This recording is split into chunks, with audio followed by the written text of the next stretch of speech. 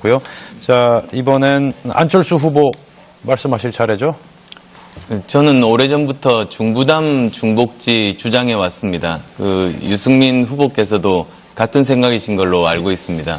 지금 조세 부담률이 우리나라가 19에서 20% 정도, OECD 평균이 26% 정도 아닙니까? 그렇습니다. 그렇게 되면 지금 유승민 후보께서 생각하시는 그 조세 부담률은 어느 정도 수준이 되십니까?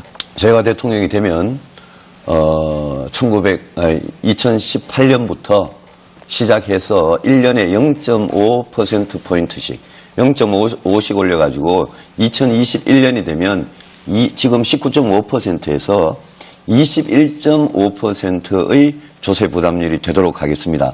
중부담 중복지라는 것은 굉장히 장기적인 목표고 제 집권 5년간에는 조세 부담률을 지금 19.5에서 21.5로 올리고 그렇게 되면 자연 세수 증가분하고 합쳐서 제가 생각하는 공약들 200조 원의 그런 여유 재원이 마련이 된다고 저는 계산을 했습니다. 법인세는 어떻게 생각하십니까?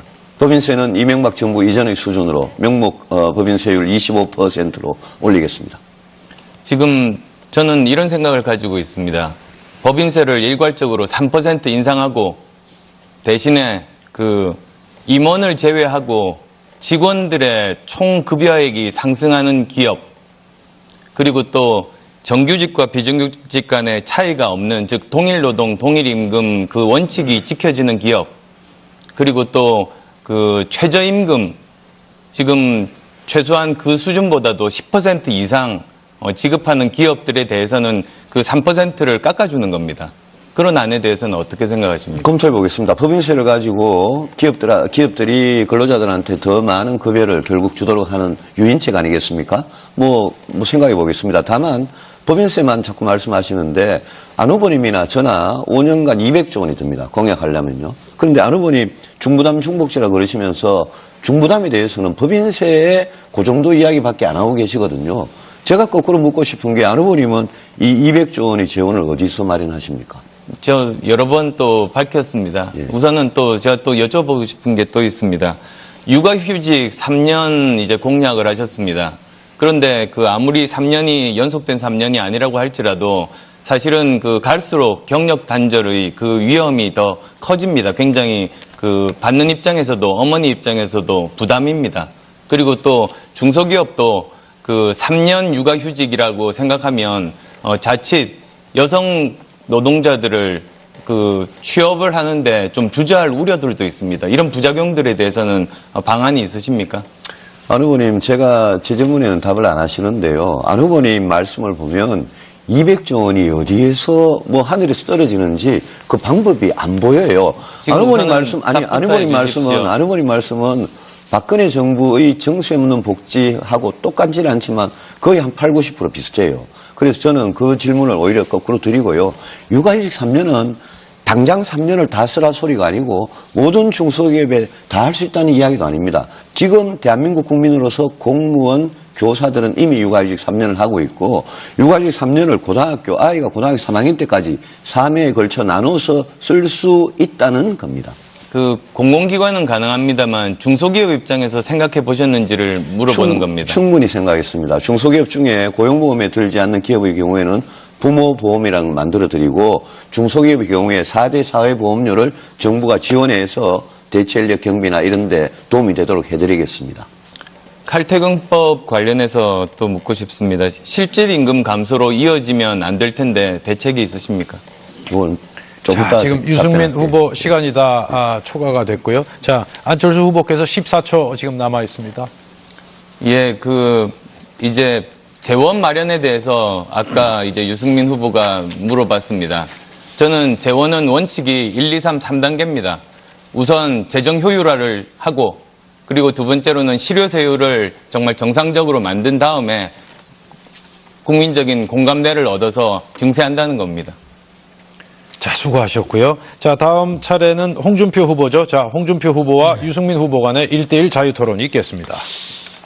지금 후보님들 중에서 감세를 하거나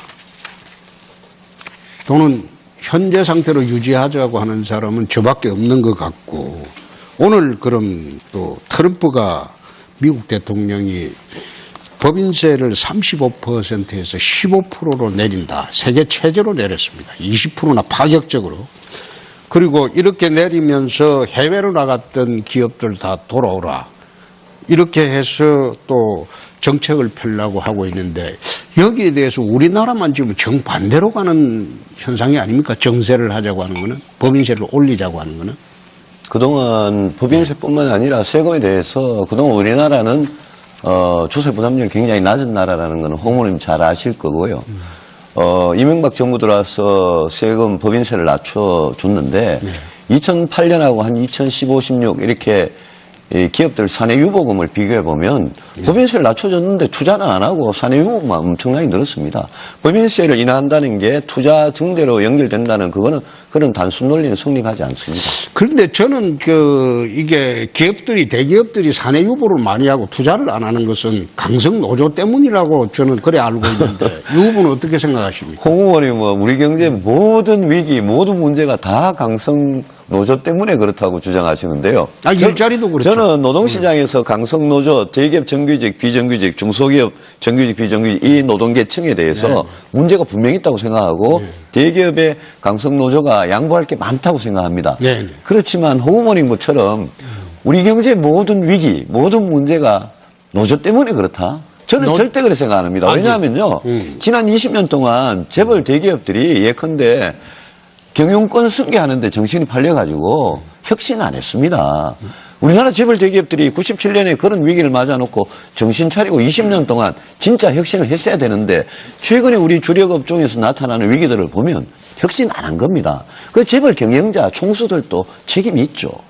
그렇게 생각 안 하십니까? 아니, 삼성이 혁신을 안 했으면 일본의 소니나 샤프 이런 걸 눌렀겠습니까? 삼성이 계속 혁신을 하니까 그래 눌렀죠. 특정 대기업에 대해서 이야기하기 좀 그렇습니다만 저는 삼성이나 현대차도 그동안 20년 동안 혁신에 굉장히 게을리했다고 생각합니다. 그렇습니까? 예. 그러면 비정규직 문제를 아까 해결을 하시겠다고 했는데 어떻게 해결하시겠어요? 저는 비정규직에 대해서 근본적인 대책을 갖고 있습니다. 상시직, 지속적으로 상시적으로 근무하는 근로자의 경우에 돈을 그냥 아끼기 위해서 비정규로 채용하는 그건 아예 못하게 하겠습니다. 그건 사유 제한입니다. 그 다음에 업종별, 기업별로 좀 다르긴 하지만 비정규직 고용 총량제를 도입을 하겠습니다. 기존의 동일 노동, 동일 임금, 차별 금지 이 원칙 지난 10년 이상 해봤는데 비정규직 문제가 오히려 악화됐습니다. 그래서 저는 좀 더 근본적인 대책을 주장합니다. 비정규직을 기업이 많이 채용하는 이유가 뭐라고 생각하십니까? 홍 의원님 말씀대로 정규직 문제도 있습니다. 강성 노조 문제도 있습니다.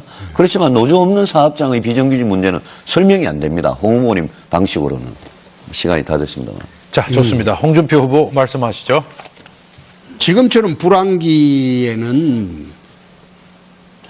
불황기를 탈출하는 방법이 트럼프처럼 감세를 통해서 투자를 유도해야 됩니다.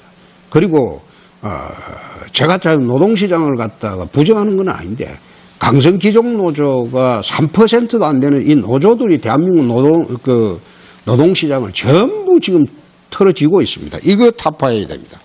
포르투갈, 스페인, 이태리, 그리스가 불황기에 정세를 내가지고 퍼주기 복지를 냈습니다. 그래서 망했습니다. 그런데 이게 감세를 하고 구조조정을 통해서 살아간 나라가 아일랜드하고 영국입니다. 우린 그 경험을 잘 봐야 됩니다. 자, 홍준표 후보께서 말씀하셨고요. 자, 이번엔 문재인 후보죠. 자, 문재인 후보와 유승민 후보의 1대1 자유토론입니다. 예. 우리 유승민 후보님, 우리 경제 살리겠다. 그렇게 말씀을 하시는데, 좋은 말씀입니다. 그런데 이명박, 박근혜 정부 동안 우리 경제 참담하게 실패한 것, 그건 인정하시죠? 또 이명박, 박근혜입니까? 아니, 물어보면 뭐든지 이명박, 박근혜 정부 탓을 대시는데요. 인정하십니까? 아니, 이명박, 박근혜 정부 경제 성장률, 국민소득 증가액, 증가율, 또 청년 실업률, 국가 부채, 가계 부채, 모든 지표를 보더라도 이명박 박근혜 정부의 경제 성적이 그 앞에 김대중 노무현 정부 시절보다 못했던 것은 인정하시겠지요. 문 후보님, 김대중 노무현 이명박 박근혜 4개 정권에서 우리 평균 성장률이 5%, 4%, 3%, 2% 이렇게 쭉 5년마다 1%씩 내려왔습니다. 이 경제가 이런 거는 그냥 무슨 이명박 박근혜 정부 10년을 그렇게 비판한다고 되는 게 아니고요. 이거는 우리가 5년마다 정권을 바꾸면서 진짜 제대로 된, 인기 없지만 제대로 된 그런 성장 정책을 추진을 못했기 때문에 그렇습니다. 제가 왜 그 질문을 하는가 하면 우리 유승민 후보님은 어디 딴 데서 뭐 저 멀리 별에서 갑자기 날라온 것이 아니고 옛날에 박근혜 대통령 후보 시절에 비서실장도 했고 집권 여당에서 중요한 직책이 있지 않았습니까? 그러면 경제 실패에 대해서 인정하고 반성하고 그 토대 위에서 경제 패러다임을 바꾸자고 해야지 그렇게 말씀하시면 그게 진정성이 있는 말씀이겠습니까? 이명박 박근혜 정부 10년 동안 경제정책 잘한 거 없습니다. 김대중 노무현 정부 때도 잘한 거 없습니다. 우리가 5년마다 능력 없는 대통령 뽑다가 이 경제가 이 모양 됐습니다. 그런데 문 후보님께서는 모든 거를 안보든 경제든 모든 거를 첫 번째 꺼내는 말씀이 이명박 박근혜예요. 근데 그렇게 말씀을 하시면 지금 이렇게 진지하게 나라 경제를 안보를 지키는 이런 해법을 구하자는 토론에 무조건 그러니까 그게 바로 문 후보님의 정권 교체만 하면 된다. 무조건 바꾸기만 하면 된다. 제가 보기에는 무조건 바꾸기만 하면 해가지고는 문 후보님 같은 대통령 뽑으면 아마 앞으로 또 우리 국민들께서 정말 후회하실 겁니다. 지금의 경제 위기, 안보 위기, 외교 위기에 대한 그 반성 차원에서 이번 대선에 있는 것이죠. 문 후보님, 제가 10년간, 지난 10년간 누구보다도 반성하고 누구보다도 이명박 박근혜 정부 잘못을 지적해 왔던 사람입니다. 문 후보님 그때 뭐 하셨습니까? 사드 배치 10억 불 내라 그래도 우리 국회 비준 필요 없는 것입니까? 그거는 이미 양국 간에 합의가 다 된 사항이고 저는 트럼프 대통령이 그거는 오히려 다른 목적을 가지고 뭐라 그럴까요? 이 뭐 표현이 그렇습니다만 질러본 거라고 생각합니다. 양국 간에 합의가 이미 됐다 양국 간에 해도 아니요. 양국 간에 10억 불 내는 게 아니라 돈 안 내는 걸로 이미 합의가 다 된 거 잘 아시지 않습니까? 오늘 국방부에서 새 대통령이 미국의 새 대통령이 10불 내라고 하지 않습니까? 사드 구입하라는 것이죠. 그거는 양국 간에 이미 합의가 다 끝났기 때문에 제가 대통령이 되면 설득해서 안 낼 수 있습니다. 자, 예. 10억 불을 내도 국회 비준 절차 필요 없는 것입니까? 아니 그거는 이체 맞지 않은 게 이미 안 내기로 합의가 됐고 만약 10억 불 낼 것 같으면 그거 한 개 포대 사오면 되지 뭐 하려고 10억 불 내고 빌립니까? 주한미군 갖다 놓는 걸 우리가 왜 10억 불 냅니까? 물어보니 그건 이체 안 맞는 말씀입니다. 사실 저는 한일 위안부 문제에 대해서도 지금 한일 양국의 그 발표가 다르지 않습니까? 주장이. 지금 손해상 문제도 다르죠. 저는 이 사드 배치 문제도 과연 우리는 전혀 부지 제공 외에는 부담하지 않기로 한 것이다라는 정부 발표도 이제는 믿을 수 없게 됐다고 생각합니다. 뿐만 아니라 그때 합의했다 하더라도 그것은 거정정부 이야기입니다. 지금 새로운 미국의 대통령이 10억 불을 지금 요구하고 있지 않습니까? 그러면 아무리 한미 간에 합의했다 하더라도 우리 국내적으로는 헌법에 정한 대로 국회 비준 절차를 거쳐야 되는 것이죠. 그거는 국방부 합의는 모르고 하시는 말씀이에요. 예. 자, 두 분 시간 다 초과됐습니다. 자, 지금 두 분께서 그 사드 비용 분담 문제에 대해서 아주 열띤 토론을 벌여주셨는데요. 자, 이번엔 안철수 후보 말씀하실 차례죠. 저는 오래전부터 중부담 중복지 주장해 왔습니다. 유승민 후보께서도 같은 생각이신 걸로 알고 있습니다. 지금 조세 부담률이 우리나라가 19에서 20% 정도, OECD 평균이 26% 정도 아닙니까? 그렇습니다. 그렇게 되면 지금 유승민 후보께서 생각하시는 그 조세 부담률은 어느 정도 수준이 되십니까? 제가 대통령이 되면 2018년부터 시작해서 1년에 0.5%포인트씩 0.5씩 올려가지고 2021년이 되면 지금 19.5%에서 21.5%의 조세 부담률이 되도록 하겠습니다. 중부담 중복지라는 것은 굉장히 장기적인 목표고 제 집권 5년간에는 조세 부담률을 지금 19.5에서 21.5로 올리고 그렇게 되면 자연 세수 증가분하고 합쳐서 제가 생각하는 공약들 200조 원의 그런 여유 재원이 마련이 된다고 저는 계산을 했습니다. 법인세는 어떻게 생각하십니까? 법인세는 이명박 정부 이전의 수준으로 명목 법인세율 25%로 올리겠습니다. 지금 저는 이런 생각을 가지고 있습니다. 법인세를 일괄적으로 3% 인상하고 대신에 그 임원을 제외하고 직원들의 총 급여액이 상승하는 기업, 그리고 또 정규직과 비정규직 간의 차이가 없는, 즉 동일노동, 동일임금 그 원칙이 지켜지는 기업, 그리고 또 그 최저임금 지금 최소한 그 수준보다도 10% 이상 지급하는 기업들에 대해서는 그 3%를 깎아주는 겁니다. 그런 안에 대해서는 어떻게 생각하십니까? 검토해 보겠습니다. 법인세를 가지고 기업들이 근로자들한테 더 많은 급여를 결국 주도록 하는 유인책 아니겠습니까? 뭐 생각해 보겠습니다. 다만 법인세만 자꾸 말씀하시는데 안 후보님이나 저나 5년간 200조 원이 듭니다. 공약하려면요. 그런데 안 후보님 중부담 중복지라 그러시면서 그 질문을 오히려 거꾸로 드리고요. 육아휴직 3년은 당장 3년을 다 쓰라 소리가 아니고 모든 중소기업에 다 할 수 있다는 이야기도 아닙니다. 지금 대한민국 국민으로서 공무원, 교사들은 이미 육아휴직 3년을 하고 있고 육아휴직 3년을 아이가 고등학교 3학년 때까지 3회에 걸쳐 나눠서 쓸 수 있다는 겁니다. 그 공공기관은 가능합니다만 중소기업 입장에서 생각해 보셨는지를 물어보는 겁니다. 충분히 생각했습니다. 중소기업 중에 고용보험에 들지 않는 기업의 경우에는 부모보험이라는 걸 만들어드리고 중소기업의 경우에 4대 사회보험료를 정부가 지원해서 대체인력 경비나 이런 데 도움이 되도록 해드리겠습니다. 칼퇴근법 관련해서 또 묻고 싶습니다. 실질 임금 감소로 이어지면 안 될 텐데 대책이 있으십니까? 자, 지금 유승민 후보 시간이 다 초과가 됐고요. 자, 안철수 후보께서 14초 지금 남아 있습니다. 예, 이제 재원 마련에 대해서 아까 이제 유승민 후보가 물어봤습니다. 저는 재원은 원칙이 1, 2, 3, 3단계입니다.